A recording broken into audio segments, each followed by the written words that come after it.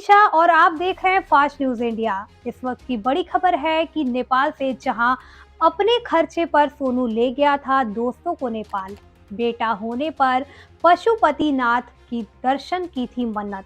जी हाँ, खबर है नेपाल से जहां तेरे जैसा यार कहाँ कहाँ ऐसा याराना, याद करेगी दुनिया तेरा मेरा अफसाना। 1981 में रिलीज हुई फिल्म याराना में किशोर कुमार द्वारा गाया गया गीत यह विमान हादसे में काल कलवित हुए चारों दोस्तों की गहरी दोस्ती देखकर लोगों की जुबां पर आ गया।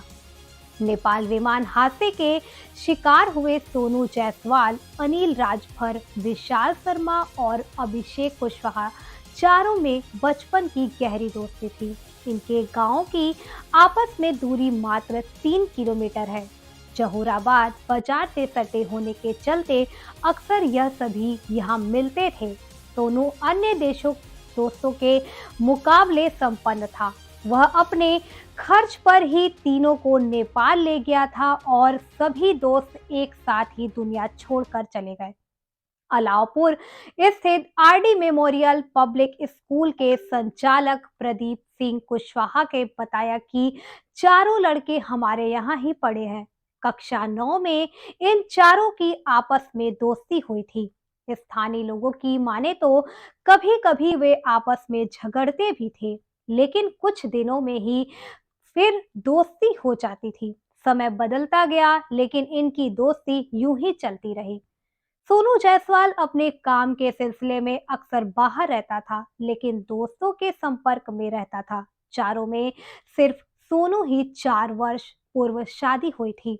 अनिल राजभर आर्थिक रूप से कमजोर था। गांव की चट्टी पर ही उनकी पान और कंप्यूटर की दुकान थी। इसी तरह धरवा निवासी अभिषेक कुशवाहा भी हैं। नेपाल में हवाई जहाज में घूमना इनका सपना था। सोनू ने कुछ दिनों पूर्व जब नेपाल जाने की योजना बनाई तो सभी राजी हो गए। सोनू ने अपने खर्च पर सभी को यात्रा कराई थी। बेटा होने पर पशुपतिनाथ का दर्शन की मांग की थी मन्नत। नेपाल के पोखरा विमान हादसे में मारे गए क्षेत्र के 4 लोगों में से चक जैनब निवासी सोनू जायसवाल ने 6 माह पहले पुत्र होने पर पशुपतिनाथ का दर्शन करने की मन्नत मांगी थी। सोनू की 2 बेटियों आराधना 6 वर्ष और अनामिका 3 वर्ष के बाद भी हाल में ही बेटा जीवनदीप में पैदा हुआ था। सोनू के पारिवारिक करीबी व ग्राम प्रधान विजय जायसवाल का कहना है कि बेटे के पैदा होने पर सोनू ने नेपाल के पशुपतिनाथ का दर्शन करने की मन्नत मांगी थी। संभवत यही पूरी करने पहुंचा था।